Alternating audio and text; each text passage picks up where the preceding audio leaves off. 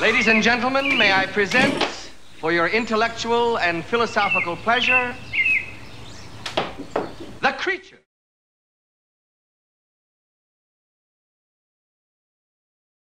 Chad Chili, you've got questions. I've got a plan to get you shredded. Back to my man Sam with this question on Chad, how do I get shredded?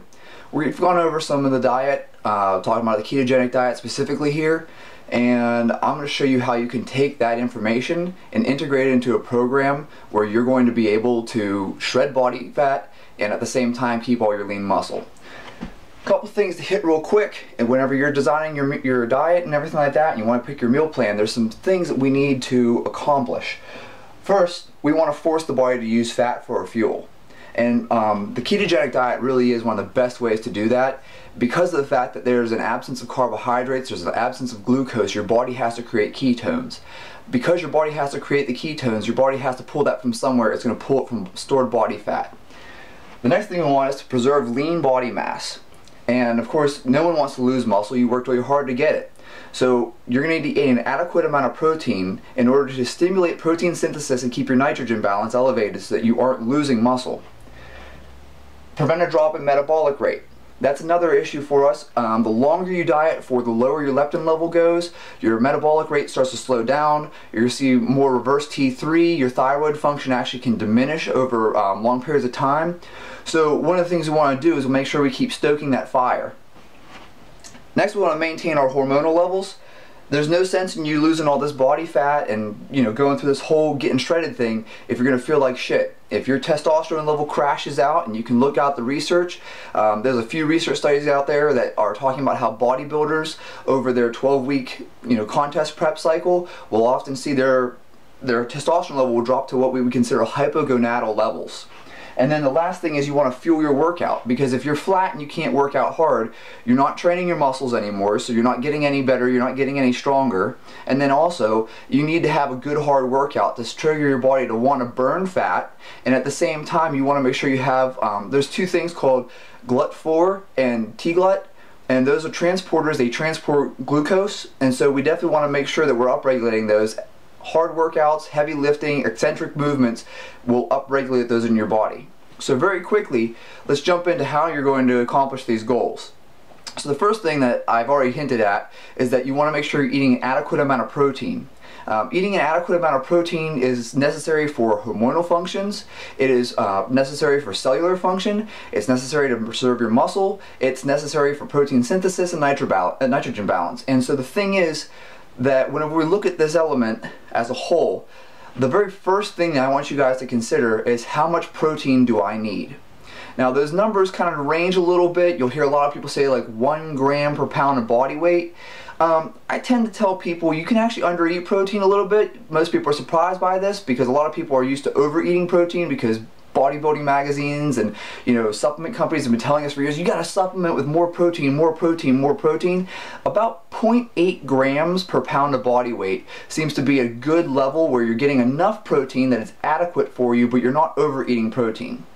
So then once we hit that real quick and we're saying, okay, well then I need 0.8 grams per pound of body weight for my protein intake, the next part we need to look at is, well, where are you going to get the rest of your energy from?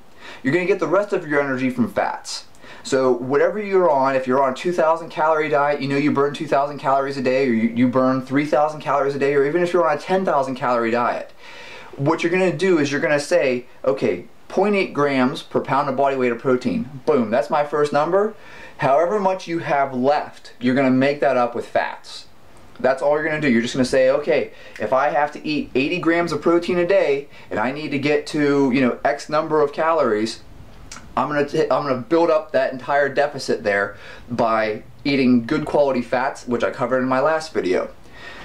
So then, how do we get our glucose still to fuel our workout, and how do we prevent this drop in our metabolic rate?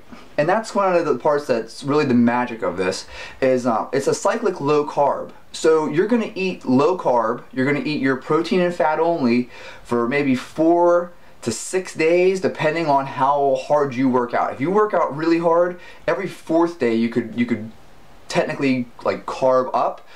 If you're not working out very hard, if you're just kind of working out occasionally, maybe 3 times a week, you might look at going 6 or 7 days between carb ups. But what you're going to do is you're going to eat this diet of protein and fat, and then on your carb day, whatever day it happens to fall on by the way you work out, on that day you're going to eat protein still. So you need to get your protein. That is an absolute must. You have to get your protein in, but then you're going to eat a ton of carbs, and you're going to keep the fat low.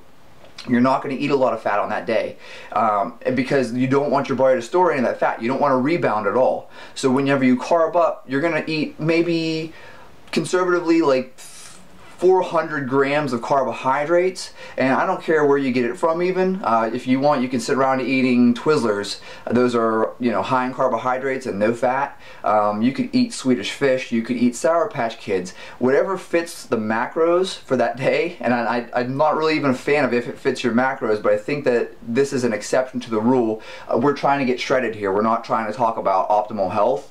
And so the thing is that whenever you have your carb up day, you're going to eat your protein and choose lean proteins. Don't sit around eating fatty fish or lamb and stuff like that that has a lot of fat with it. Choose a lean protein, and then choose carbohydrates that are low in fat. It's not necessarily no fat, but just lower in fat. Keep your fat intake to maybe like 50 grams or less on that day, and that's how you're going to prevent the metabolic drop, because it's going to spike your leptin levels, and at the same time you're going to replenish your glycogen stores, because that glucose is going to be transported into your muscles, so you'll have more energy for your workouts. So this is just one example. I'm going to give you guys a few more examples of how you could get shredded on different diets in different ways. This is how you would get shredded by using a ketogenic diet as your, I guess, like the template, but then we're going to kind of cheat the ketogenic diet here by every once in a while we're going to add our carbs in to replenish glycogen stores. So that's all I've got for you guys today. What's the matter with you people? I was joking! Don't you know a joke when you hear one?